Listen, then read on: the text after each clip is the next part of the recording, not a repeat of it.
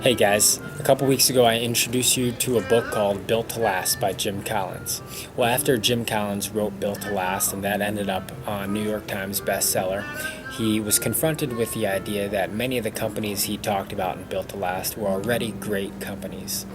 And some of his students at Stanford said, well, what about the companies who aren't so good? How do they get to become great companies? And so he wrote a book called Good to Great, which ended up being even more popular than Built to Last, and in some ways he called this a prequel to Built to Last. So if you haven't picked this up, I would strongly recommend it. This is a book that's shaped my understanding of the athletic club business in immense ways, and not just obviously in our industry, but in many industries. Jim Collins has now become a really well-known speaker and author as a result of Good to Great. One of the things that he talks about in Good to Great is this idea of the flywheel, and that businesses are like this huge, heavy flywheel. And the analogy is that in business, you're trying to turn this heavy flywheel that seems immense and impossible to move, kind of like starting a business.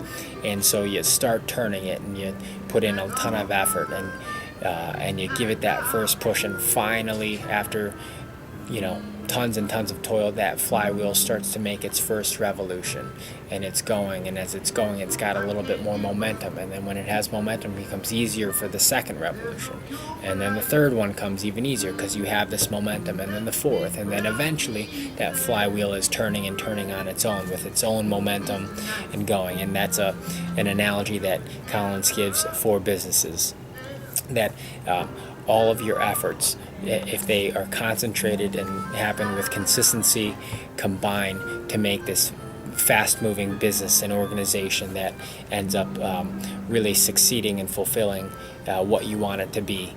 Now, as you get started, oftentimes the hardest steps to take are those initial ones, to get the business going and get the idea off the ground and get the first people bought into it.